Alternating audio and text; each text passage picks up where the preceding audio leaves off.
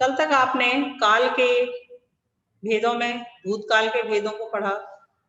आज हम आपको वर्तमान काल और भविष्यत काल के भेद बताएंगे। वर्तमान काल के भेद, वर्तमान का अर्थ होता है जो समय अभी चल रहा है, वो वर्तमान काल है।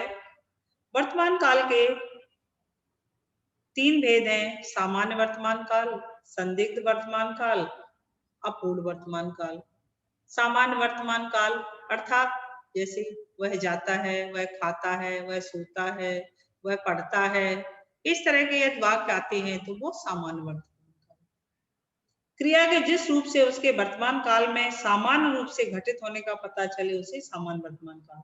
जैसे नेहा अनुच्छेद लिखती है, चिड़िया आसमान में उड़ती है, इस तरह के वाक्य सामान्य वर्तमान काल होते हैं। अपूर्ण वर्तमान काल कौन से वाक्य होते हैं? जो कार्य हो रहा होता है। क्रिया के जिस रूप से यह पता चले कि क्रिया अभी समाप्त नहीं हुई है, अभी चल रही है, उस काल को अपूर्ण वर्तमान काल कहा जाता है। जैसे हमने ऊपर आपको उदाहरण बताया था, नेहा अनुच्छेद लिखती है, और यदि हम कहते हैं कि नेहा अनुच्छेद लिख रही है तो अपूर्ण वर्तमान काल। साइकिल, जैसे अनिल साइकिल चला रहा है, रीमा कार्टून देख रही है, अर्थात कार्य चल रहा है, पूरा नहीं हुआ है, अभी चल रहा है, इसलिए अपूर्ण वर्तमान काल। जैसे संदिग्ध भूतकाल बताया था, इसी तरह से संदिग्ध वर्तमान काल भी होता है? किसी पर संदेह, या तो कार्य हो चुका है उस पर हम संदेह करेंगे, और या कार्य हो रहा है उस पर संदेह करेंगे। आने वाले समय के कार्य पर हम क्या करेंगे? संदेह करेंगे या उसकी संभावना करेंगे। संदिग्ध भूतकाल तो जो कार्य हो चुका है उसमें संदेह कर सकते हैं कि पता नहीं ऐसा हुआ था या नहीं हुआ था, या फिर जो चल रहा है उस पर संदेह कर सकते हैं कि वह पढ़ाई करता है या नहीं करता है, तो हम संदेह करेंगे। लेकिन आने वाले समय पर हम संदेह नहीं करेंगे, बल्कि संभावना करेंगे कि वह पढ़ाई करेगा या नहीं करेगा, क्या पता, तो उसको संभाव भविष्यत काल कहेंगे। संदिग्ध वर्तमान काल में देखिए, क्रिया के जिस रूप से वर्तमान में क्रिया के होने का संदेह हो, उस काल को संदिग्ध वर्तमान काल कहते हैं। जैसे प्रधानमंत्री भाषण दे रहे होंगे, होंगे शब्द जैसे लिखा है, वह खा रहा होगा, वह सो रहा होगा, होगा शब्द इसलिए लगा हुआ है संदेह। वह खा रहा है या नहीं खा रहा है, वह सो रहा है या नहीं सो रहा है, इसमें किसी भी तरह से का संदेह हो।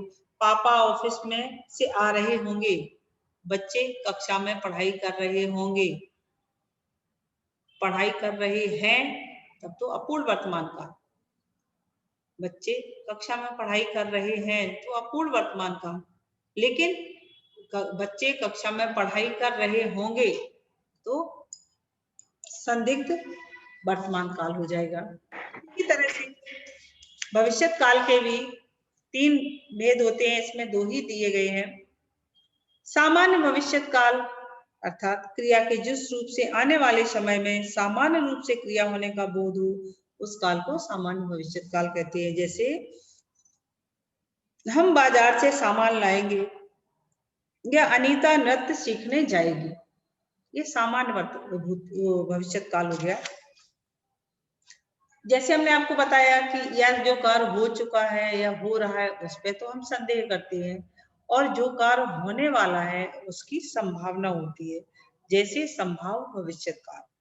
आने वाले समय में क्रिया के होने अथवा करने की संभावना का बोध हो, उस काल को संभाव भविष्यत काल कहा जाता है। जैसे संभव है कि मैं प्रथम श्रेणी में पास हो जाऊं, शायद कल मेहमान आएंगे, शायद मैं स्कूल जाऊं, शायद कल वर्षा हो, इस तरह के यदि वाक्य होते हैं तो वो होते हैं संभाव भविष्यत काल, जहां पर किसी भी कार्य को करने की संभावना होती है, संदेह नहीं होता है बल्कि संभावना होती है, उसे कहा जाता है संभाव भविष्यत काल।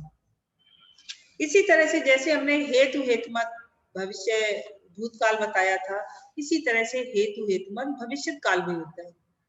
हेतु हेतुमत भूतकाल में हमने आपको समझाया कि यदि वह पढ़ाई करता तो पास होता, यदि वर्षा होती तो फसल अच्छी होती।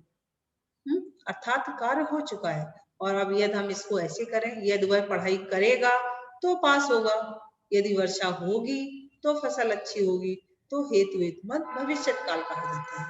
इसलिए आपको इन सबका ज्ञान होना आवश्यक है और इनके द्वारा ही आप इसको सीख सकते हैं।